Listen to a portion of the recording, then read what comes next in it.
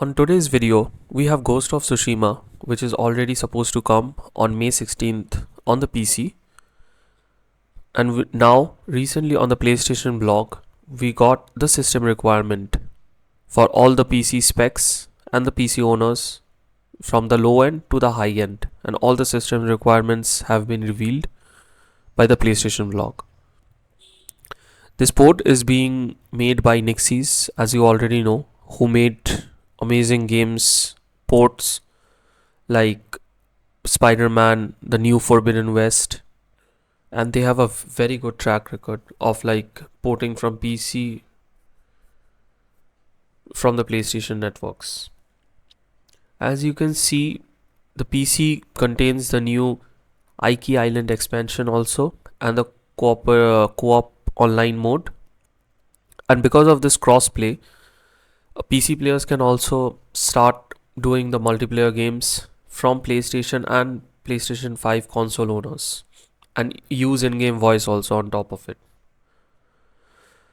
For the first time though, the new PlayStation overlay is being included in the PC, which also supports the new friend list, trophies, settings and your profiles, which will be added to the new Windows PC if you press Shift plus F1.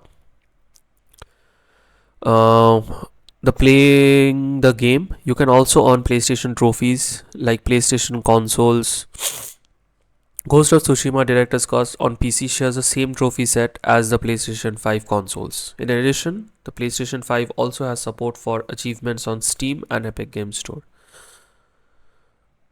While to make use of these features like trophies, friend lists and crossplays, you of course have to sign into the PlayStation network and make a new account.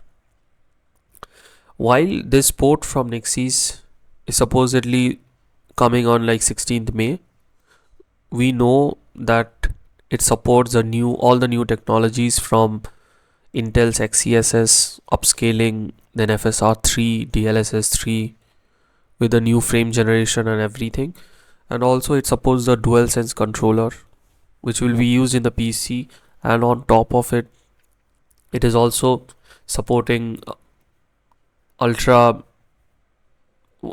wide monitors.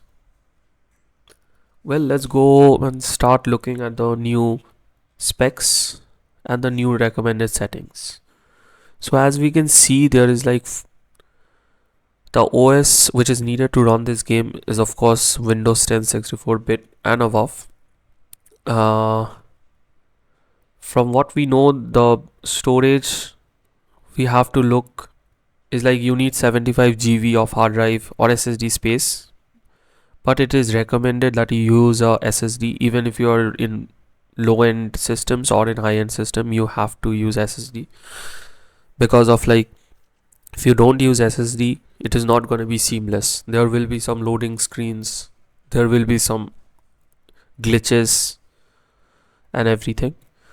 So for the system RAM, you need around, it is recommended that you go at around like 16 GB.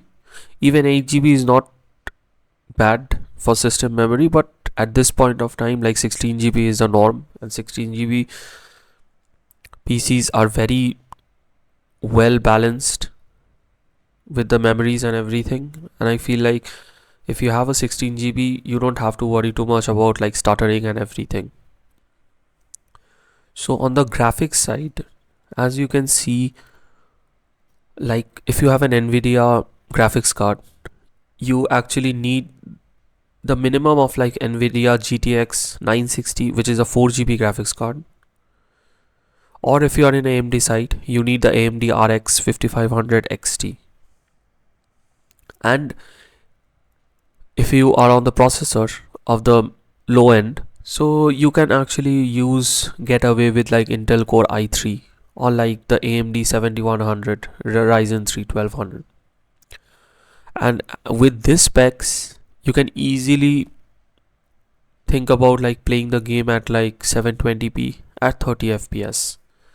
So it is not actually mentioned that if you can play this game at this resolution at 30 FPS with FSR on or off,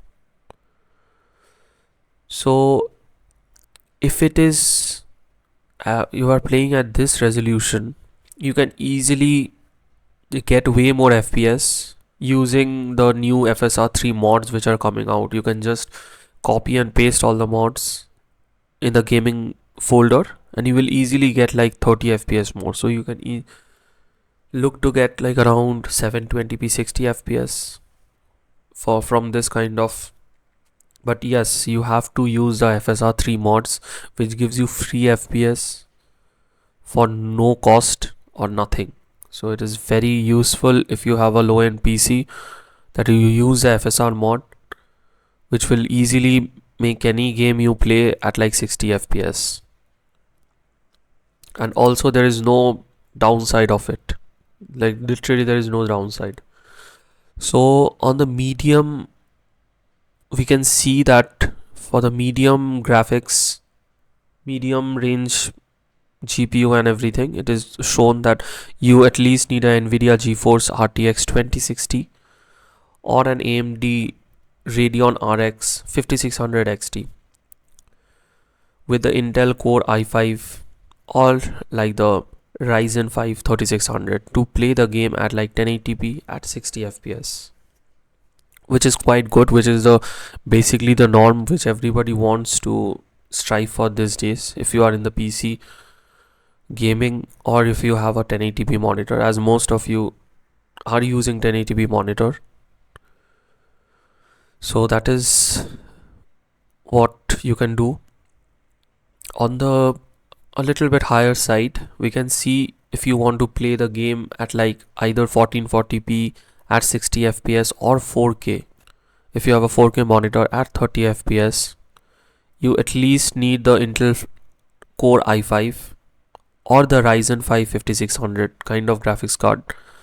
And also in the GPU side, you need the Nvidia GeForce RTX 3070 or the AMD Radeon RX 6800.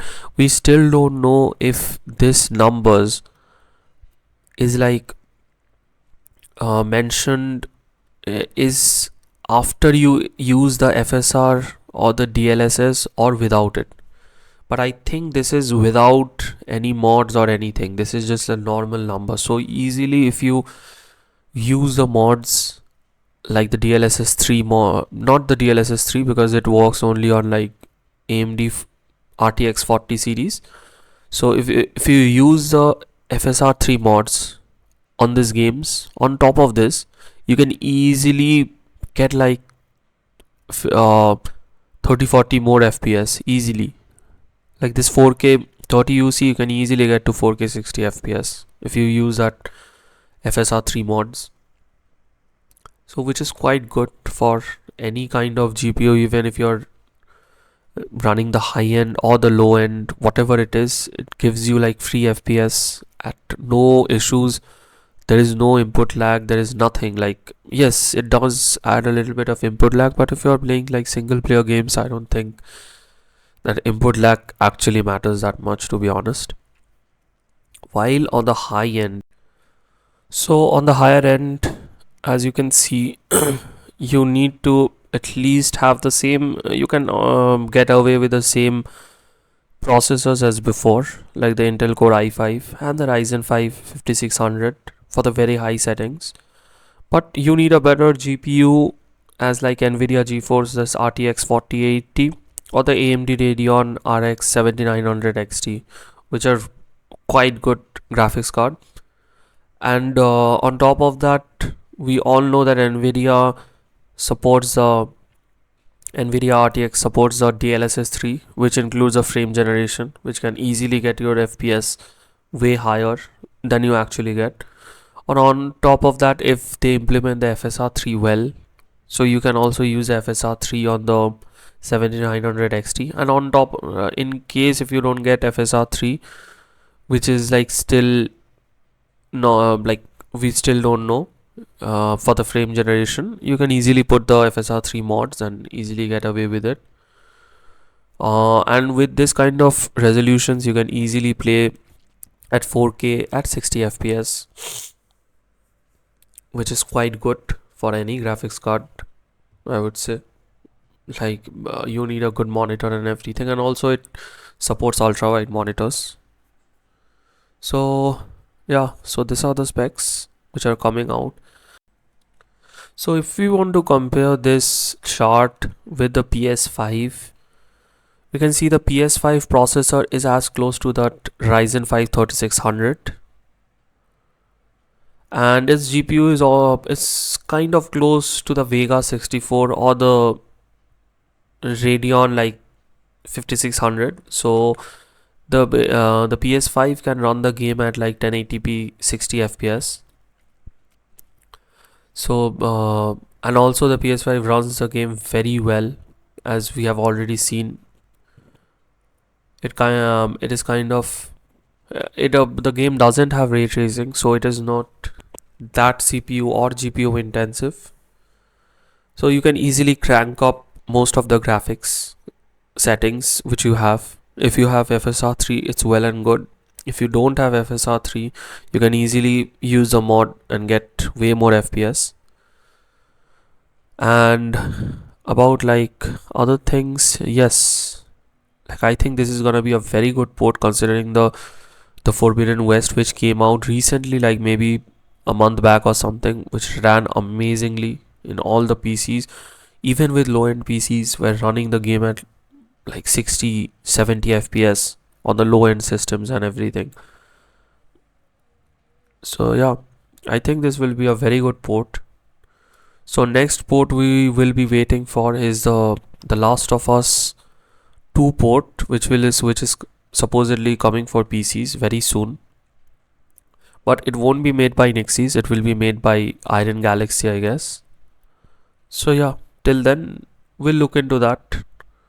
For now, thank you for watching the video, and if you have any queries, do comment and do subscribe. Thank you.